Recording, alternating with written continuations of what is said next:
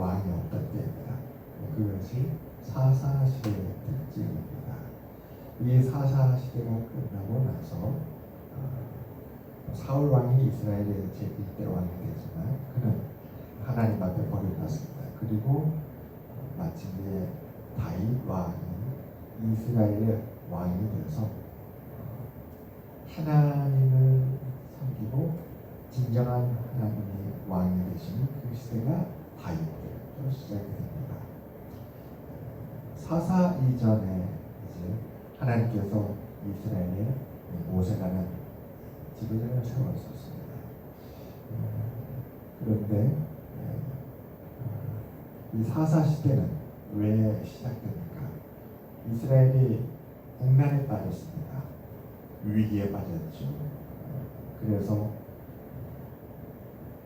이스라엘을 그 절박하고 위급한 절망에서 구원하시기 위해 하나님이 세우신 사람, 지도자가 바로 사사였습니다. 사사.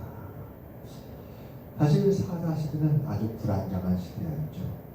사사기 마지막에 사사 시대에서 이렇게 말씀으로 한마디 말씀으로 사사 시대를 일컫습니다. 왕이 없으므로 소견에 각 사람들이 자기 소견에 옳은 대로 행하였다. 진정한 왕이신 하나님의 뜻대로 사람들이 살지 않았다는 것이 사사시대의 특징입니다. 그런데 그 사사시대, 불안정하고 혼란한 시대에 흉년이 들었던 것이었습니다. 유다 베들레헴의 한 사람, 엘리멜렉이라고 하죠. 엘리멜렉. 그의 아내 나옴. 그에게는 두 아들이 있었습니다. 첫째 아들이 말론이고 둘째 아들이 기름이었습니다. 흉년이 오자 온 가족은 유다 베들레헴을 떠나서 모압이라는 땅을 갔습니다. 학자들은 이렇게 약속의 땅을 떠나는 것을 죄라고 학자들은 보았습니다.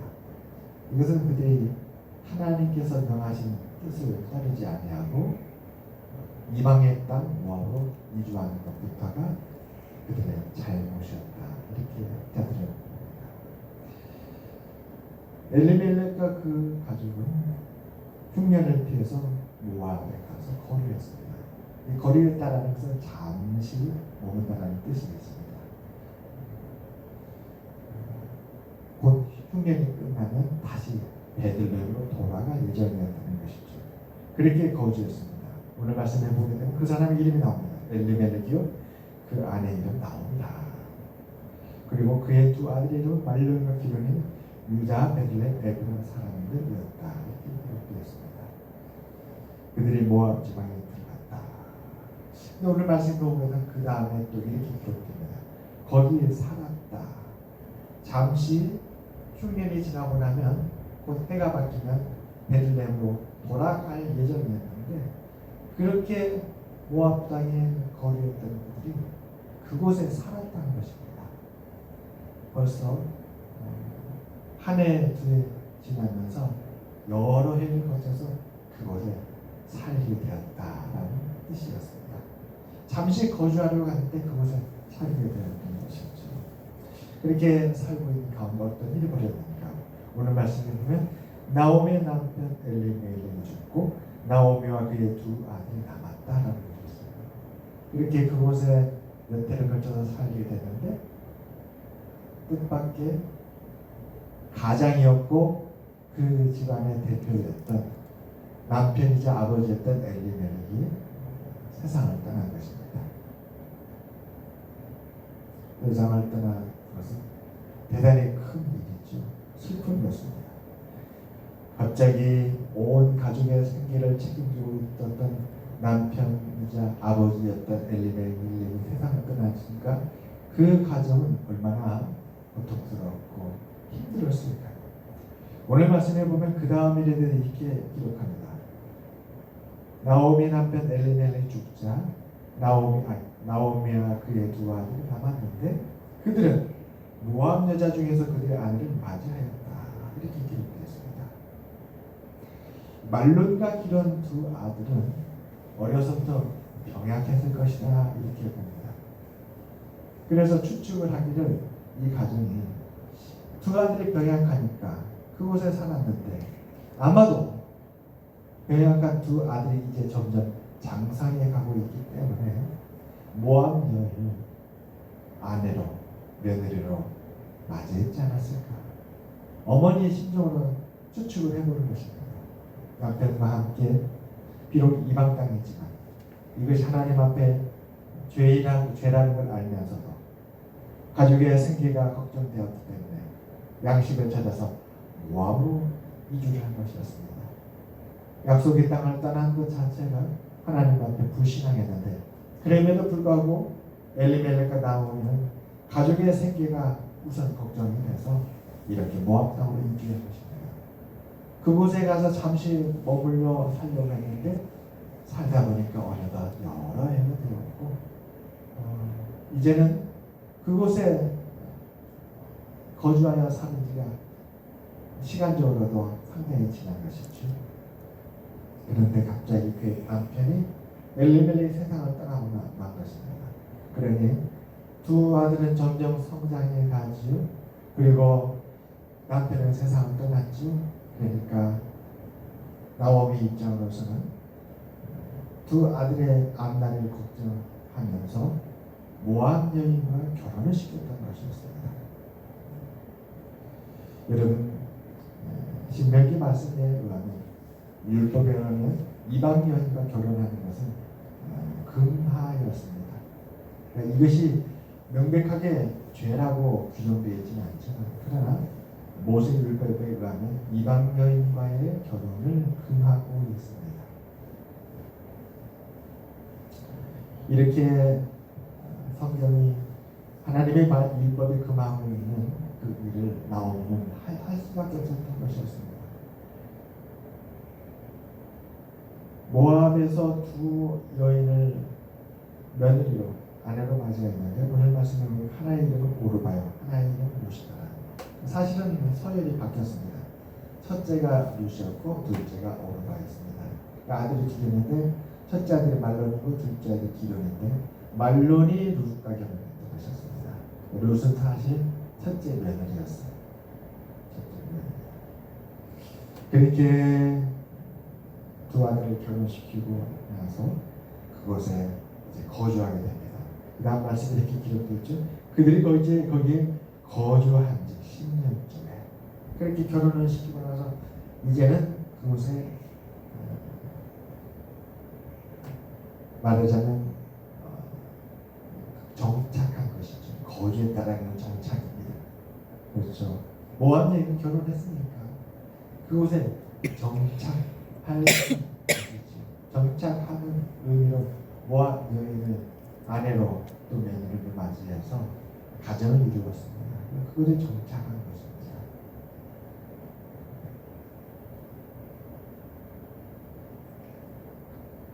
그렇게 정착한 뒤 10년쯤에 어떤 일이 벌어지는가. 오늘 5절 말씀의 마지막은 이렇게 그 이후에 일어난 일을 기록합니다. 말론과 기론 두 사람이 다 죽고 그 여인은 두 아들과 남편의 뒤에 남았더라.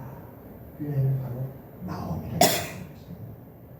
병약했던 두 아들의 장래가 걱정이 돼서 모압 여인과 결혼을 시켰는데 부모의 마음, 특별히 어머니였던 나오미의 기대와 소망과는 다르게 그만 그곳에 거주한 지 10년 만에 두 아들이 비슷한 시기에 다 세상을 떠나고 말았던 것이었습니다. 얼마나 마음이 절망적이었고 깊은 슬픔 가운데 있었을까요? 남편이 먼저 세상을 이렇게 일찍 떠난 것도 두려운데 거기다가 믿고 의지하며 살았던 그의 유일한 소망이었던 두 아들마저 세상을 이렇게 정말 오래도 함께 살기를 바랬는데 결혼시키고 얼마 되지 않아서 세상을 떠났습니다. 그것도 두 아들이 다 비슷한 시기에 떠났으니 이 어머니의 마음은 얼마나 고통스럽고 절망스러웠을까요? 이것이 오늘 말씀입니다. 제가 오늘 이 말씀을 통해서 우리 함께 나누고자 하는 말씀은 하나님의 은혜는 어디서부터 시작됐을까? 이것이 먼저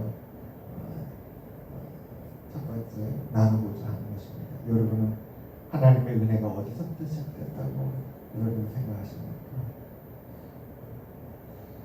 우리는 하나님의 은혜에 대해서 생각할 때는 그 하나님의 은혜를 운명적으로 생각하지 않나 싶습니다.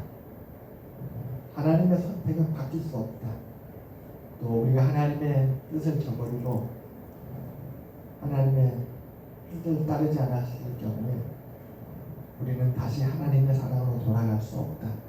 우리는 이와 같은 운명적인 생각들을 많이 할 때가 있습니다.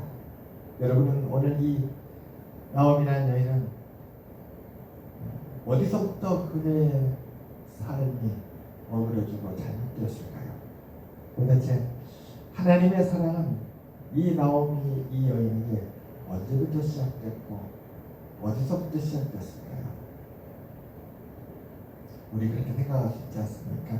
도대체 이 여인은 어디서부터 잘못됐길래 인생이 이렇게 망가졌을까? 첫 번째 생각할 수 있는 것은 흉년이 들었더라도 베들레헴을 떠나지 말았어야 되는데 불신앙의 시작이 거기서부터 시작됐다. 그것부터 잘못됐다. 비록 흉년이 왔더라도 신앙으로 그 흉년을 견뎠어야 되는데 왜 그 불신앙으로 베들레헴을 떠나서 이렇게 가정이 무너질 위기 가운데 이르게 되었습니까?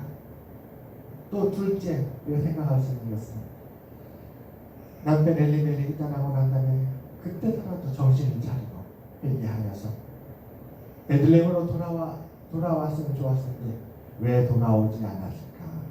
그 두 아들을 모압 여인과 결혼시킨 것 이게 잘못이다. 우리는 이렇게 또 볼 수가 있습니다. 모압 여인과 결혼시켰기 때문에 저 이방의 저 여자들이 며느리가 되고 또 이 집에 시집 오고 나서 두 아들이 죽었다. 옛날에 우리 그런 얘기 많이 들었습니다. 그러니까 사실은 결혼한 여자의 잘못이 아니었어요. 남편이 원래 병약해서 이 집 세상을 떠난 것입니다. 그런데 마을 사람들과 그 가족들은 시집 온 그 여자, 그 며느리 때문에 아들이 세상을 떠났다라고 모두 원망과 탓을 그 모든 것을 다 그 며느리를 뒤집어 씌웁니다. 그래가지고 며느리를 핍박하죠. 저 며느리 때문에 우리 아들이 죽었다라고 저 며느리 때문에 우리 집안에 이러한 고통이 우리가 이런 고통을 겪는다라고 여자 하나를 잘못 얻었더니 이렇게 가문이 대가 끊기고 풍지박산이 났다. 모든 잘못을 다 여자한테 뒤집어 씌웁니다. 이건 크게 잘못되어 있죠. 그런데 우리도 그렇게 바라볼 수 있지 않겠습니까? 말론과 기론을 엘리멜렉이 떠난 후에 이 모압 여인에게 결혼시키지 않았어야 되는데 왜 이방인과 결혼을 시켜서 하나님께서 금하신 것을 따르지 않음으로 말미암아 이와 같은 불행이 생겼다라고 그렇게 우리도 생각할 수 있지 않겠습니까? 하나님의 사랑은 이 나오미의 가족이 하나님의 뜻을 따르지 아니함으로 말미암아 다 하나님의 사랑을 떠나버리는 것일까요? 그들의 잘못으로 말미암아 그들은 영영 돌이킬 수 없는 하나님의 사랑으로부터 떠나버린 것일까요? 하나님의 사랑은 그들이 잘못한 순간부터 이미 그들 곁을 떠나고 더 이상 그들은 하나님의 은혜와 사랑 속에 있지 않게 되었을까요? 우리는 이것을 어떻게 바라봐야 될까요? 루키서는 참 놀라운 말씀입니다. 이 루시라는 여인의 인생은 참 놀라운 일생이에요. 이 루시라는 여인은 우리들에게 많은 것을 교훈합니다. 그래서 이 루키서는 굉장히 중요한 말씀입니다.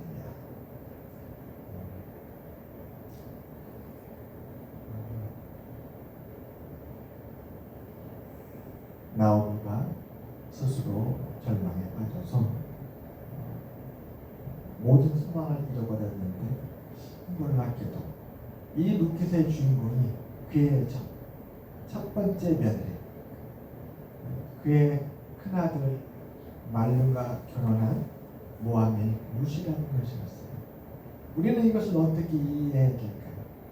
하나님은 언제부터 어떤 식으로 이 나오미를 사랑하였고 그 가족을 위해서 은혜를 계획하고 베푸신 것일까요? 사랑하는 여러분, 사실 우리는 그걸 다 알 수는 없습니다. 우리가 성경을 다 이해할 수는 없습니다.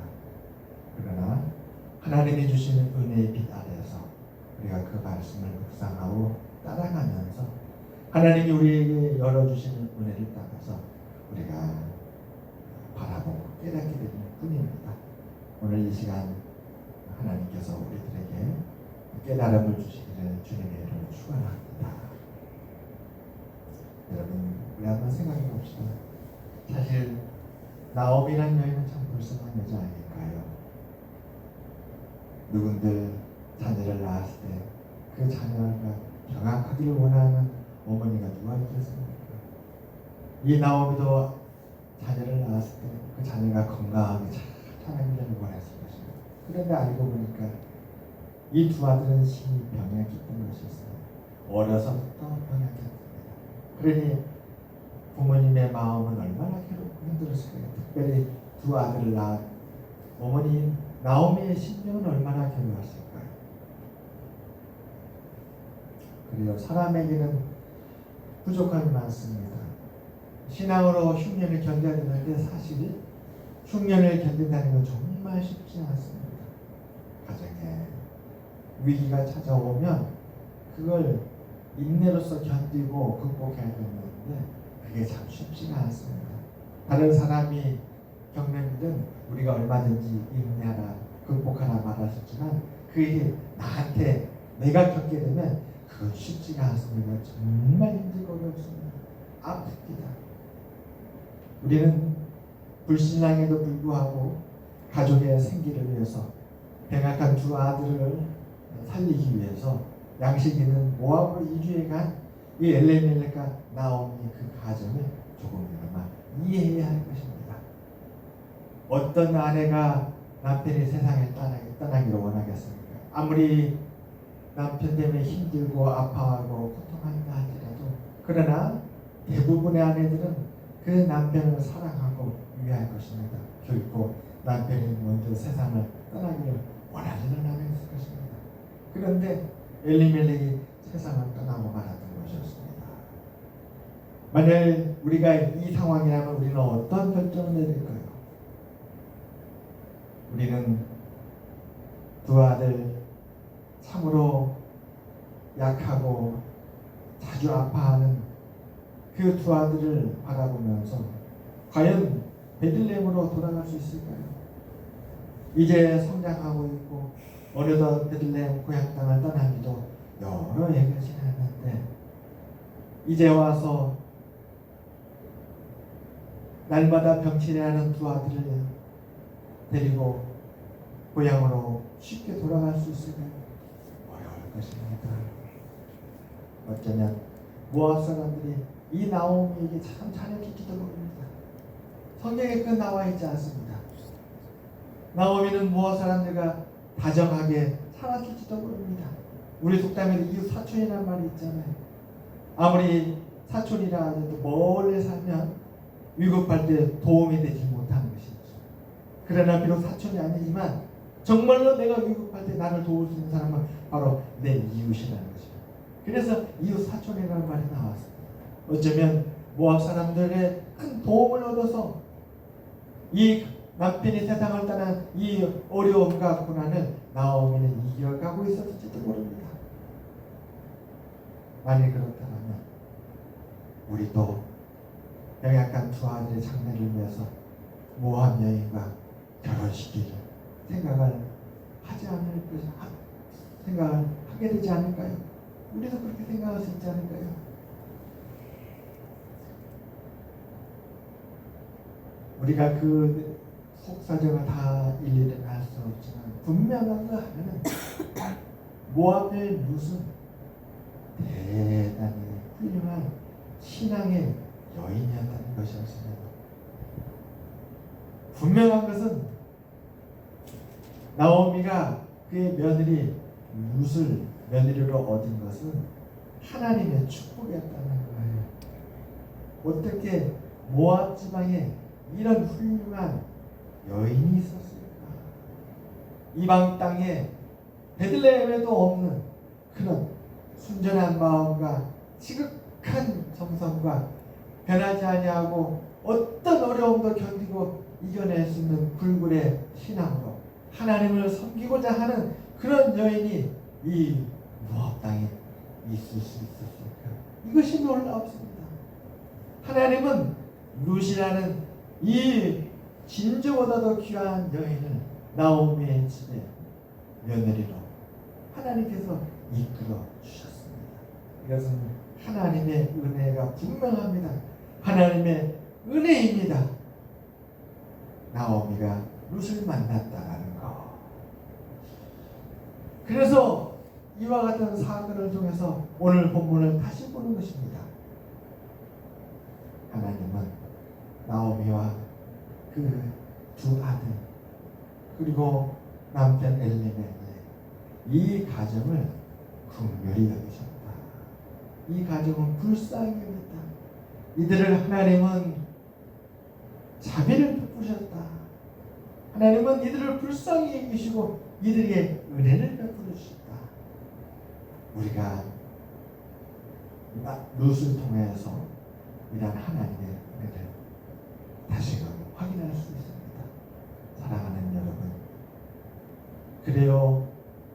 흉년 들어서 저 모압 땅 이방의 땅으로 간 것은 잘못입니다. 그리고 그곳에 잠시 머물렀다가도 돌아와야 되는데 돌아오지 않냐고 그곳에 여러 해 동안 거주하며 살았던 것도 잘못입니다. 그러나 하나님은 그들의 잘못에도 불구하고 그들의 처지와 아픔과 어려움들을 깊이 아시고 그들을 긍휼히 보셨다는 것이었습니다.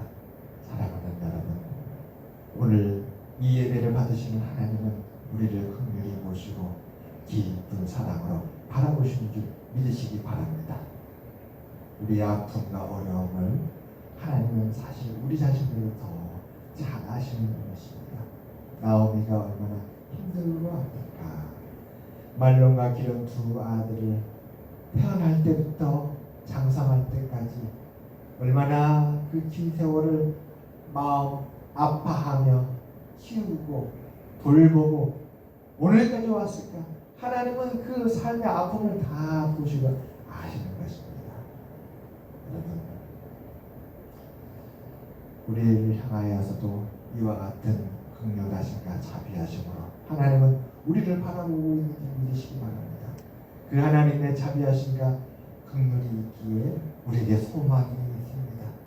우리가 길을 잘못 가서 어느 순간 길을 잃어버렸다 할지라도 그때 우리 마음속에 내가 처음부터 지도를 갖고 이 여행을 시작해야 되는데 지도 하나 없이 여행을 시작한 것이 잘못이었구나 하고 자포자기하고 포기할 그 순간에도 하나님은 포기하지 아니하십니다.